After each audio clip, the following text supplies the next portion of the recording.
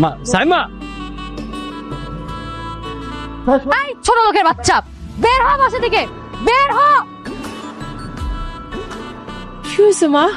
আমার পোলা কি করছে? এই নিমুখ হারামের বাচ্চা আমার অবর্তমানে আমার বাবার সকল সম্পত্তি নিচে নামে লিখাই নিছে। এম সাহেব, আপনার কথার মধ্যে কিন্তু ভুল আছে। আপনি হইতেছেন আপনার বাবার অবাধ্য মাইয়া। কয়দিন আগে একটা বাটপার পলাকে পালায় গেছেন। ওর জন্য রাগ করে খালুর সকল সহায় সম্পত্তি সজ্ঞানে আমার নামে লিখা দিছে। কেন তো আমার কোনো হাত নাই। এই ছোট লোকের বাচ্চা, বাবা দিল আর তুই নিয়ে নিলি? আমার ছোট লোক কোনো সাহস আপনার কেটা দিছে? আপনি তো ভুলে গেছেন আমি এখন 10 কোটি টাকা সম্পত্তির মালিক, আর আপনি তো এখন দেউলিয়া ফকির। বাবা, তোমার এই চাকরের বাচ্চাকে বলো এক্ষুনি আমার সম্পত্তি আমাকে ফিরিয়ে দিতে।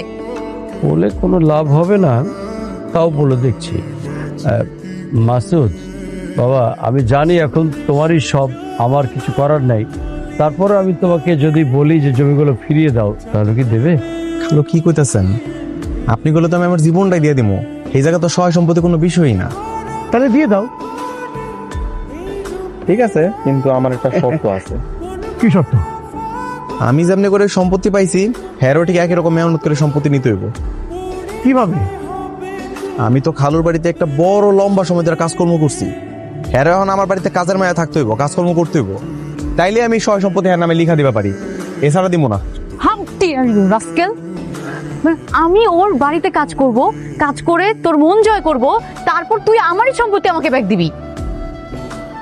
মাগো, উত্তম প্রস্তাব, মাইনা নাও। ঠিক আছে বাবাজি।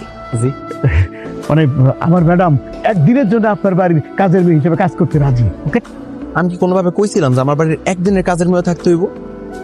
মানে আমার বাড়িতে 1 মাসের লেগে কাজের মেয়ে থাকুন লাগবো।